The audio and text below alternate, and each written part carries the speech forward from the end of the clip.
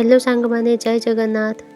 आज मु आनी आपण मानक पई रेस्टोरेंट स्टाइल चिकन बिरयानी। से मु प्रथम नेली चिकन से देली लुण टिके हल्दी टिके धनिया गुंड जीरा गुंड टिके लंका गुंड बिरयानी मसला गरम मसला सोरिष तेल लेंबू ये सब दे दही अदा रसुण पेस्ट ये सब को दे भल भाव मिक्स कर नेबी। यही चिकन को जिते अधिक टाइम रखिबे सेते भल भाव मेरिनेट हो। जदि आपण फास्ट टाइम रोषे करछंती ताहले भी आपण सहजरे घरे करि परिबे। एबे मु बिरयानी चावल नेबी ताकू भल भाव धोई गोटे घंटा पई रेस्ट होबा पई छाड़ी देली। तापरे किछि पियाज को भाजी बेरेस्ता भाव रेडी करि नेबी। ए भलिया रेड रेड हे आसले आपण छाणी की ताकू बेरेस्ता कर नेबे। रेडी हे गला। एबे मु सेही तेल रे आलू को पके भाजी नेली भल से। सेतिर टिके लुण पके देबे तेले आलू मध्ये भल से भाजी हे जिवो। एबे गोटे साइड रे मु गरम पानी बसैतिली।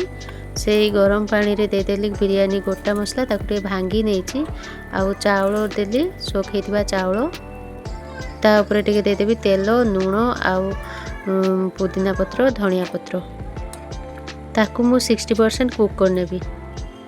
तापरे मु चावल को छाणी नउची।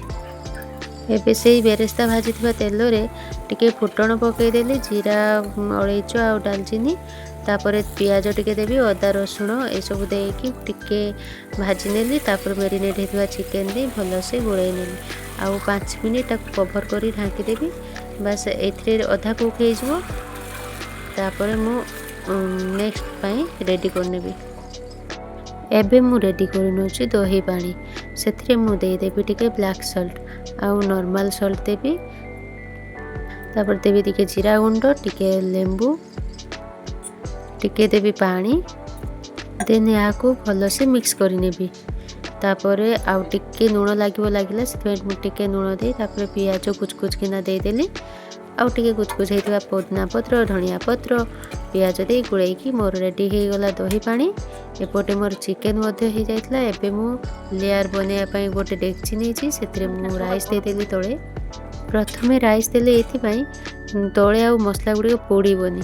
तापर मु चिकन हेतिबा चिकन दे देली तापर टिके बिरयानी मसला दे पुनी राइस लेयर कली ऑनियन रो रखी दिले जो बेरेस्ता ताकू देली। एबे मु आलू देबी एवं बेरेस्ता दे धनिया पत्र पुदीना पत्र एगुडी को लेयर रे सजाई देबी।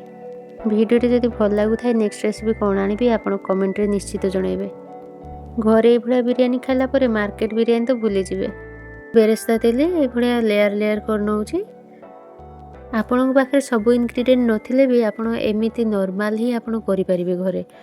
देखो पुणी से टाइप रो मु लेयर बनैली। एबे मु झोल भी दे देली ता ऊपर मु केसर क्षीर दे देली टिके केवड़ा जल टिके गोलाप जल ए सब दे देली।